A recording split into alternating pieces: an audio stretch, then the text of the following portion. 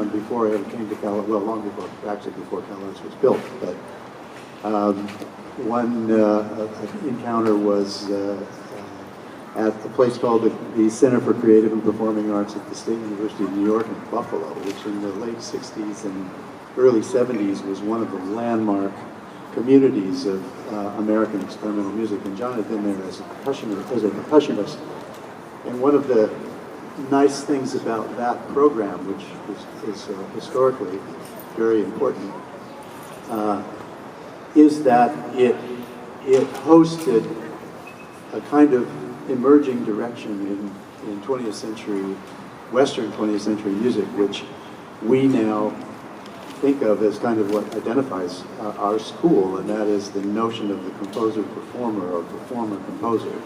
The idea that the era of time in Western music when composing was over here, and performers were over here, and the composers would give something to the performers to read, and they would perform it, and that was very much a separate activity, is really coming to a close in Western music. It was a kind of a 250-year historical bubble in Western culture, which is now returning to the way music has been for nearly 5,000 years around the world, where those activities are not really separated. And John could be thought of as a model of that, of the performer-composer, because he integrated his performing practice and his composing practice in tremendous ways. And DJ is right. The percussion program at CalArts became legendary very early on. It became known as the place where real innovation was happening and incredible performers were emerging. And so John was right at the core of that and really a kind of model of that. And so I've always thought of him as that kind of person. And we had various sort of crossings of paths for a number of times before I came to CalArts in 1990. And I'm reminded by DJ's story about John's early life. And he did study with Paul Price. I went to the University of Illinois as a composer, and though I was a violinist and pianist, wanted to expand my skills, so I studied percussion with Jack McKenzie, who also studied with Paul Price, and knew John even back then in the late 60s. And Price was the symbol of the world's most perfect snare drum buzz roll.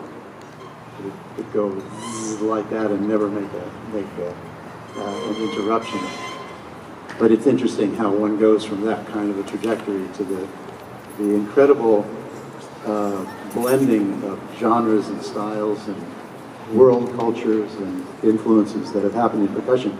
And you know, you could kind of say that in the history of 20th century music in the United States, that percussion was where some of the greatest innovation actually took place, because it went from being an activity that was usually seen in support of a larger ensemble, like the percussion section of an orchestra, to moving out front, to becoming really a virtuoso solo and ensemble medium.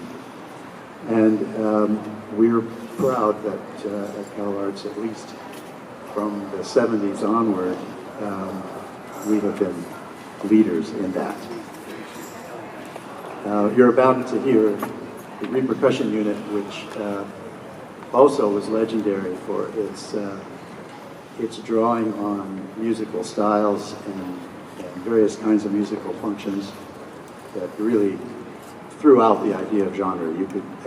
There were basically no borders between styles. And I still have the Repercussion Unit Christmas album. I don't know if any of you remember that. Nobody has? Yeah. Woo! That was one of the, it sits on my shelf at home, and I now have a new turntable, and I'm looking forward to Christmas when I can play it again. It was really a landmark album.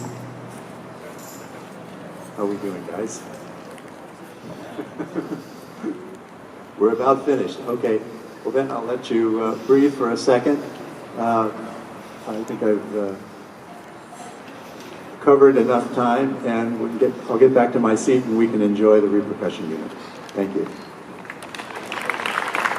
Thank you.